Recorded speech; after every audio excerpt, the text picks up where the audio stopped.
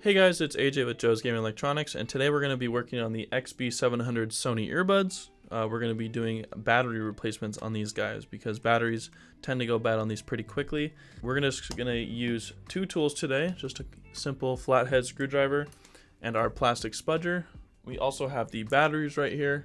We sell the parts and the tools on our website at joesg.com. If you're looking for either of those, we have links down in the description. If you don't feel comfortable doing the repair, you can send it into us for a service and we will fix them for you and get them back to you as soon as possible. Without further ado, let's get into the repair. We're just going to start with the left one. Why not? Leave the right one over here, but I'll show you how to do both. So this is the earbud. Obviously the tip is removed. We're going to go ahead and grab our spudger, and you'll see here the button is right here. You'll see this crease right here in between. We're gonna stick our spudger right in there, kind of like this, like that. See that? It's already coming off. We're gonna push straight down, and we're gonna kind of gently pull the earbud part, the housing, kind of toward our bodies, like that. Perfect.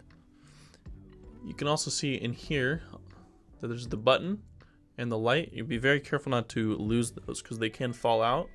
So you want to be careful with this piece because you don't want to lose anything. Here we've got the earbud. We're just going to unhook that ribbon, and we're going to take our flathead screwdriver. We're going to place it right here next to the ribbon on the right of it. And we're going to put our finger back here for a little support, and we're going to just pry up like that.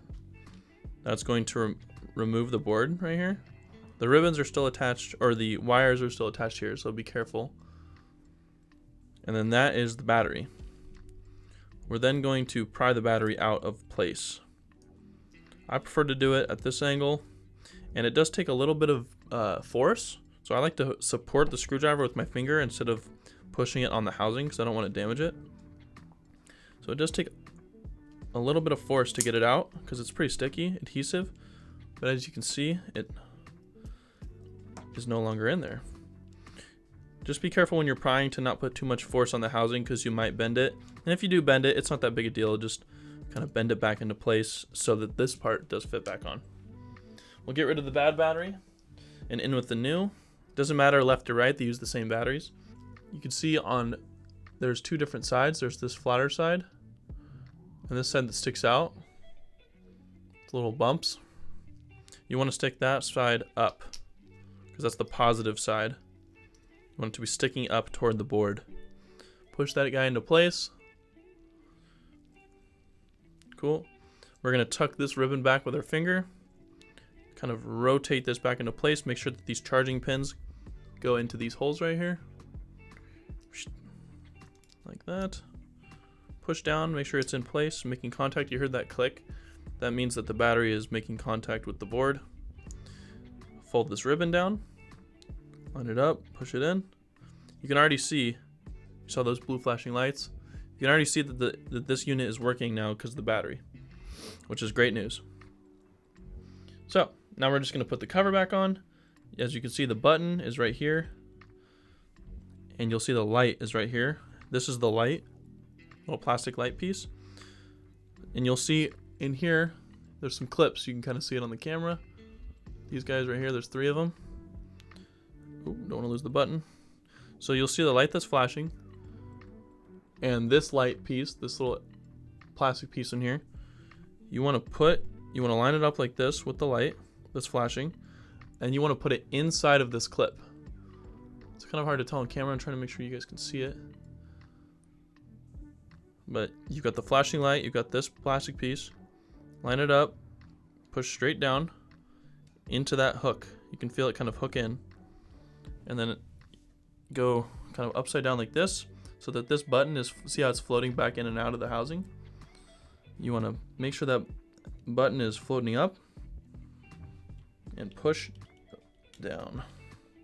It's kind of hard to do like this. I'm going to do it off camera, but you're basically going to hold it above your head so that the gravity is pulling this button down instead of falling into the housing. See how I got it on there like that? I know you didn't show it on camera, but I hooked it in on this side, and then I use gravity to pull this button down and folded it in, and then just push, clicks back into place. We'll just go ahead and do this on the right side real quick. I'm gonna show you, it's literally the exact same process. Find the button, put the spudger behind the button,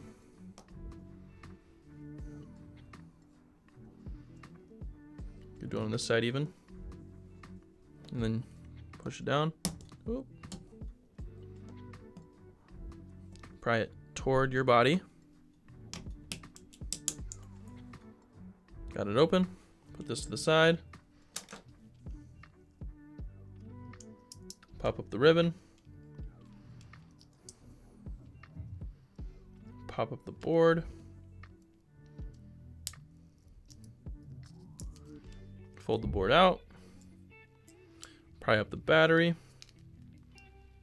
Remember, use your finger for leverage. Fix the housing if you bent it a little bit. Just get it nice and lined up.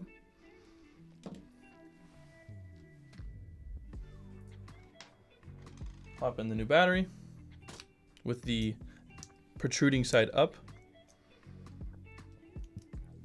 Fold in the board.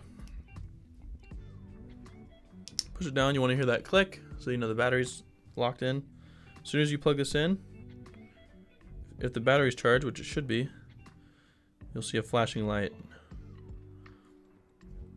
And if not, you can push this button. Might need to be reset. That's totally fine.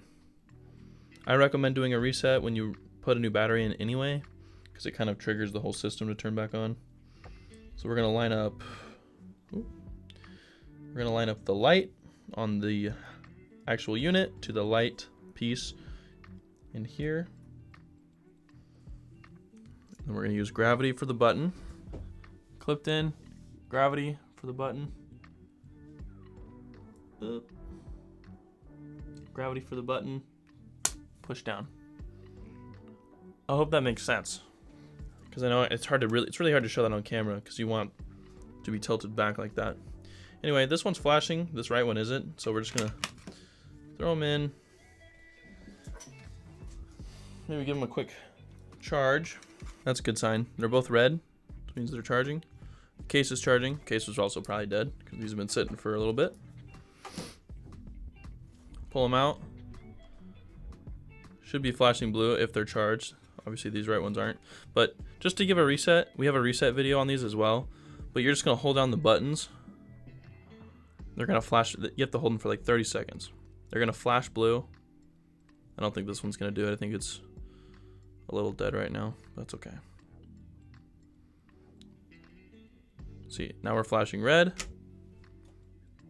It's gonna keep holding it until it shuts off. There, you see it. Now there's no flashing lights. You let go. Now it's trying to pair. It's going into pairing mode because you reset it. Charging. Yep, and that's pretty much all there is to it. It's not that hard. Replacing the batteries on these is really, really simple.